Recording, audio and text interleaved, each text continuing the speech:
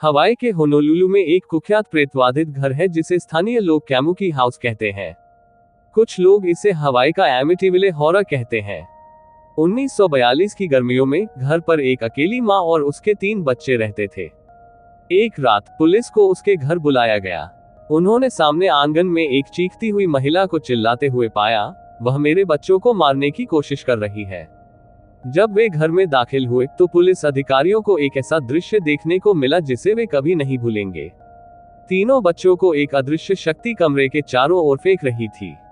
अधिकारी 1 घंटे से अधिक समय तक देखते रहे, कुछ भी करने में असमर्थ रहे, क्योंकि बच्चों को एक अदृश्य शक्ति द्वारा पीटा गया और उनका गला घोंट दिया गया। ये घटना कई दिनों तक स्थानीय अखबारों की सुर्खियों के पहले पन्ने पर थी। कुछ सालों बाद 3 लड़कियां उस घर को शेयरिंग बेसिस पर लेती है। एक रात उन्हें अजीब आवाजें सुनाई देने लगी। ऐसा लग रहा था मानो कोई इधर उधर घूम रहा हो और बातें कर रहा हो। उन 3 लड़कियों में से एक को अपनी बाह पर एक अदृश्य हाथ महसूस हुआ।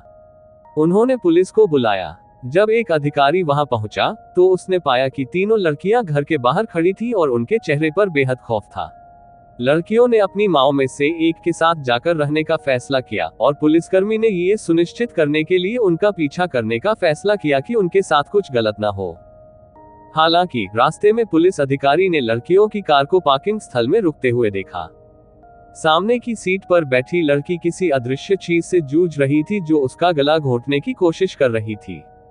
जब पुलिसकर्मी अपनी कार से बाहर निकला और लड़कियों को बचाने की कोशिश की तो उसे लगा कि एक मजबूत कठोर हाथ ने उसकी बाह पकड़ ली है और उसे मरोड़ दिया है। अचानक गाड़ी का दरवाजा खुल गया और लड़की उछलकर सड़क पर जा गिरी। वह अपने गले को किसी से छुड़ाने की कोशिश कर रही थी, जैसे कोई उसका गला घोंट रहा हो। वे हमले को रोकने के लिए कुछ भी करने में असमर्थ थे और उन्हें ये देखने के लिए मजबूर होना पड़ा कि महिला की गला दबाकर हत्या कर दी गई थी। 1977 में एक जापानी जोड़ा काइमुकी के प्रेतवाधित घर में रहने लगा। उन्हें इसके इतिहास के बारे में कुछ भी पता नहीं था। अपनी पहली रात को पत्नी आधी रात को उठ गई क्योंकि बेडरूम बहुत ठंडा था। जब उसने चारों ओर देखा तो एक भूतिया सफेद आकृति को हवा में तैरते हुए देखकर वह भयभीत हो गई। वह एक ऐसी महिला थी जिसके हाथ या पैर नहीं थे। जब पत्नी ने पति को जगाने की कोशिश की तो वह आकृति गायब हो गई। अगले दिन दंपत्ति उस प्रेत से इतना परेशान हो गए कि उन्होंने एक पुजारी से संपर्क किया। उसने उन्हें हर रात आत्मा को रोटी और पानी का प्रसाद चढ़ाने की सलाह दी।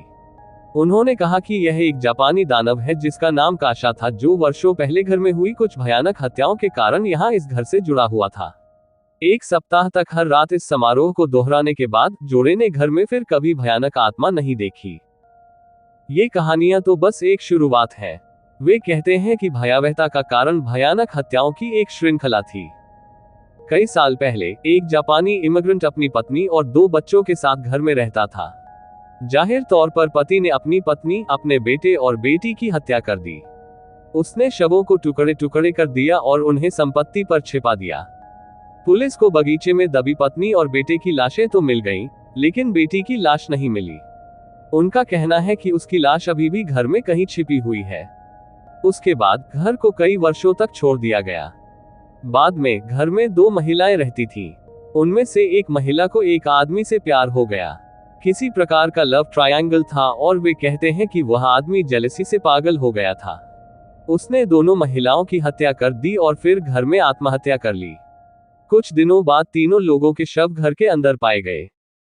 ऐसा माना जाता है कि इन भयानक हत्याओं से काशा पैदा हुआ, एक जापानी राक्षस जो एक चौंकाने वाली हत्या के बाद द्वेष या अत्यधिक क्रोध से पैदा हुआ था। आज भी कई गांव वाले अभी भी भयानक घटनाओं की कहानियां सुनाते हैं और काइमुकी हाउस में भूतिया घटनाओं का विवरण देते हुए कई किताबें और अखबार के लेख लिखे गए हैं। तो दोस्तों, मैं उम्मीद करता हूँ आपको ये जानकारी पसंद आई होगी। अगर आपको कहानी पसंद आई तो मेरे चैनल को लाइक एंड सब्सक्राइब करें और अपना सपोर्ट दें।